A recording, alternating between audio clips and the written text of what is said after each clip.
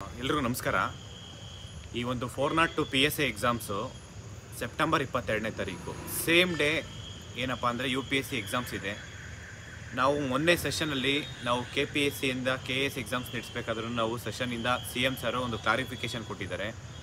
ಏನಪ್ಪ ಅಂದರೆ UPSC state ಎಕ್ಸಾಮ್ಸಲ್ಲಿ ಏನು ಅಂದರೆ ಸೇಮ್ ಡೇ ಕ್ಲ್ಯಾಶ್ ಆಗೋಂಥದ್ದು ಅಂದರೆ UPSC ಇರ್ಬೋದು, IBPS ಇರ್ಬೋದು, ಒಂದು SSC ಎಕ್ಸಾಮ್ಸ್ ಇರ್ಬೋದು, ಈ ಒಂದು NTA ಎಕ್ಸಾಮ್ಸು, ಈ ಒಂದು 4-5 ಎಕ್ಸಾಮ್ಸು ನಡೆಸೋ ದಿನ ಸೇಮ್ ಆಲ್ಟರ್ನೇಟಿವ್ ಸ್ಟೇಟ್ ಎಕ್ಸಾಮ್ ಏನಾದರೂ ಕ್ಲ್ಯಾಶ್ ಆಯ್ತಂದರೆ ಕ್ಲ್ಯಾಶ್ ಆಗದೇ ಇರೋ ರೀತಿ ನಾವು ಎಕ್ಸಾಮ್ಸ್ ಮಾಡ್ತೀವಿ ಅಂತ ನಾವು ಒಂದು ಅಸೆಂಬ್ಲಿಯಿಂದನೇ ಕ್ಲಾರಿಫಿಕೇಷನ್ ಕೊಟ್ಟಿದ್ದಾರೆ.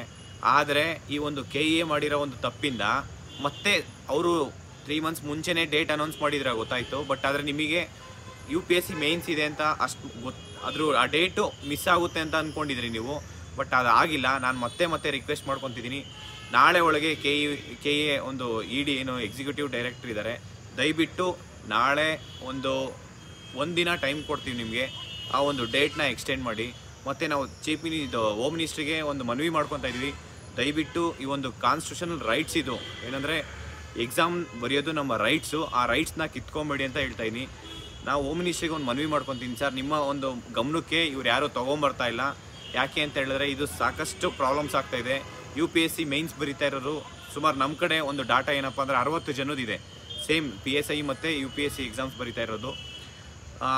ಸಾಕಷ್ಟು ಫೋನ್ ಬರ್ತಾ ಇದ್ದಾವೆ, ತುಂಬ ಜನ ಒಂದು UPSC ಮೇನ್ಸ್ ಬರೆಯೋರಿದ್ದಾರೆ. ನಮ್ಮ ಹತ್ರ ಡಾಟಾ ಇರೋದು ಸುಮಾರು 60 ಜನದಿದೆ.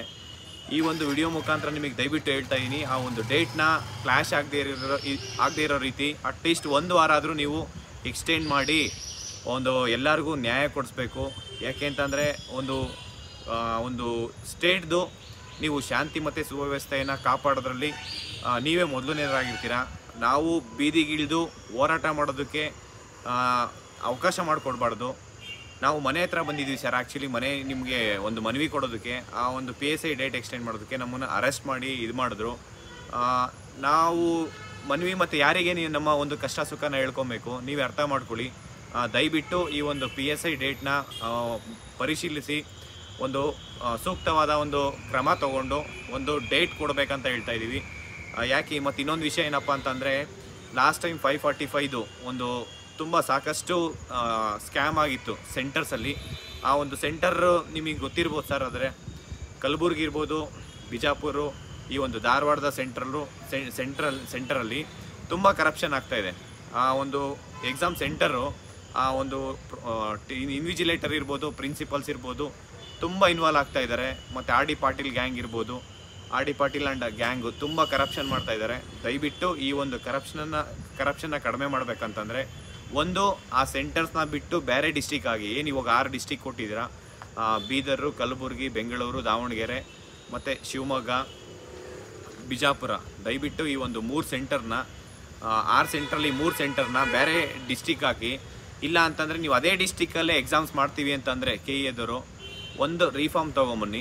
ಇವು ಬೇರೆ ಡಿಸ್ಟಿಕ್ಕಿಂದ ನೀವು ಟೀಚರ್ಸ್ನ ಮತ್ತು ಇನ್ವಿಜಿಲೇಟರ್ನ ಇನ್ಕ್ಲೂಡಿಂಗ್ ಪ್ರಿನ್ಸಿಪಲ್ಸು ಎಲ್ಲ ಕಂಪ್ಲೀಟ್ ಸ್ಟಾಫ್ನ ಒಂದು ಬೇರೆ ಡಿಸ್ಟಿಕ್ಕಿಂದ ಸೌತಿಂದ ಬೇರೆ ತೊಗೊಂಡೋಗಿ. ಈಗೇನು ನಾರ್ತಿಂದ ಸ್ಟೂಡೆಂಟ್ಸ್ ಬರ್ತಿದ್ರಲ್ಲ, ಸ್ಟೂಡೆಂಟ್ಸ್ ಬದಲು ನೀವು ಕಂಪ್ಲೀಟ್ ಏನೊಂದು ಸ್ಟಾಫ್ ಇದಿರುತ್ತೆ ಅವ್ರನ್ನಷ್ಟೂ ಸೌತಿಂದ ಬೇರೆ ಡಿಸ್ಟಿಕ್ಕಿಂದ ಆ ಒಂದು ಡಿಸ್ಟಿಕ್ಗೆ ತೊಗೊಂಡೋಗಿ ಒಂದು ಎಕ್ಸಾಮ್ಸ್ ನಡೆಸಬೇಕು.